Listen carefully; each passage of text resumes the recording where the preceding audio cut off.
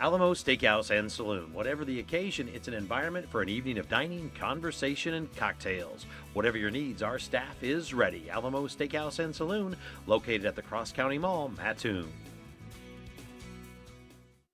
TCI Realty, Charleston area's real estate connection, commercial, land and farm, and residential real estate. Experienced realtors with an up-to-date website at tcirealty.net. TCI Realty supports the students of WEIU Newswatch. The Charleston House proudly supports Newswatch. Now welcoming guests on Charleston's historic 6th Street, the Charleston House Bed and Breakfast Inn offers refined accommodations in a beautifully restored bed and breakfast. For booking information, visit craigcollection.com or call the number on screen.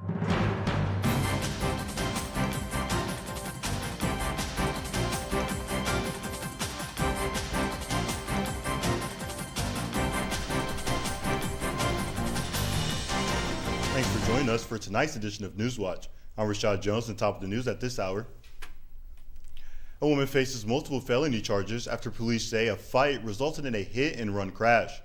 Charleston police say they arrested 34-year-old Justina Monaghan Friday.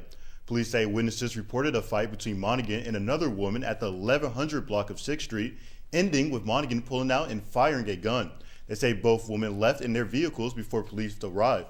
Police say that while Monaghan was driving away, she had a parked vehicle and a home in the 300 block of Coolidge Avenue, then fled the scene of the crash. Police say Monaghan is in the Coles County Jail without pretrial release.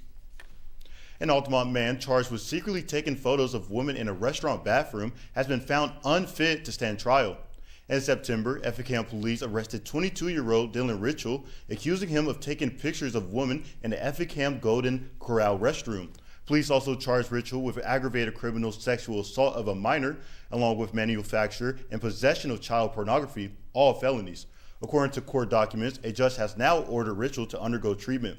The case will be reviewed again on February 12th, where the courts will consider Ritchell's status. In other news, the Mattoon Public Library is celebrating a new selection, but it doesn't include any books. Library officials say the organization Seeds of Hope is helping add a native seed library.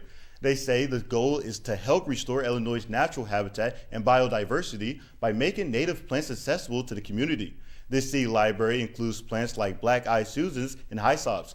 That you can find the seeds on the first floor of the Mattoon Library by the north windows. And mild days may have you thinking about planting seeds. We now check in with Skywatch local forecaster Emily Davis.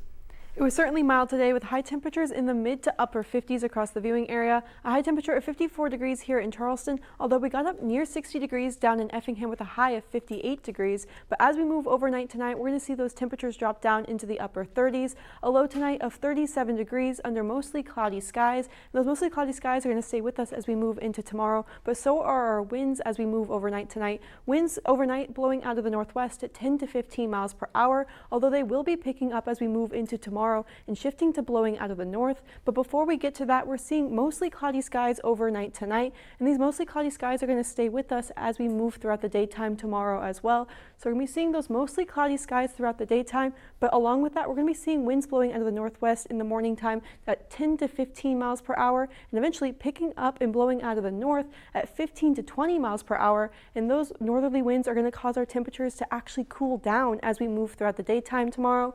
A high temperature in the morning hours of around 38 degrees, and we're going to see temperatures drop down to that freezing point around noon before dipping below that freezing point by the time we make it to the late afternoon. And around the evening hours, we're going to see temperatures dropping as we move throughout our Wednesday. And once again, we're seeing those stronger winds gusting up to the mid to upper 20 miles per hour out of the north to northwest as we look at the afternoon hours of our daytime tomorrow. And that's going to cause our temperatures to cool down and to continue to cool down, because for the next 6 to 10 days, we're going to be below average for this time of year. That average for this time of year is typically in the upper 30s. And looking forward, we're even seeing a few days where we're seeing highs in the teens. On Sunday, we're seeing a high temperature of 14 degrees. But before that, we have a chance of snow Thursday night and a chance of flurries as we continue into Friday and Saturday. That's a look at your Skywatch forecast. Have a great evening.